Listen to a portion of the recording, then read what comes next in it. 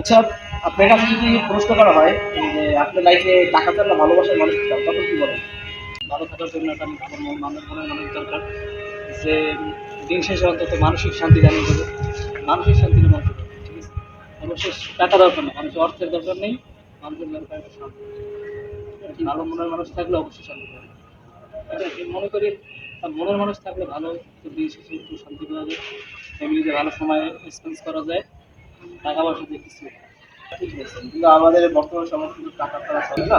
আমি আরেকটা জিনিস বলতে চাই যে আমি একটা জিনিস দেখতেছি যে একটা ভিডিও দেখলাম, যে এক পাগল রাস্তার পাশে একটা শুয়ে খাতা গায়ে দিয়া ঘুমাইতেছে, একটা একটা ধনের উপর দিয়া দেখতেছি পাগলটা শুয়ে শুয়ে করে ঘুমাই গেছে, ঠিক আছে।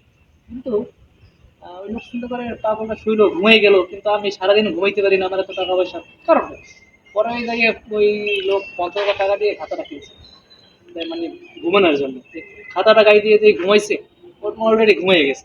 কিন্তু এই পাগলটা এখন টাকা কখন নামে বালিশের ইটের তলে রাখে, প্রথম বুকের মধ্যে লয়, প্রথম মাথার তলে দিয়ে ঘুমায়, কিন্তু ঘুমাইতেই পারে না টাকার টেনশনে। তারপর কি করছে পাগলটা, আবার ওই 2-3 জন লোক ডাইকে যে আমার ওই খাতা লাগবে, আমার টাকা লাগবে না। পরে ওই টাকা ওই লোকের ধরে, ভাই আপনার এই খাতা দিয়ে দেন, আরে আরে টাকা নিয়ে নেন, এই লোক ঘুমাইতে পারে না।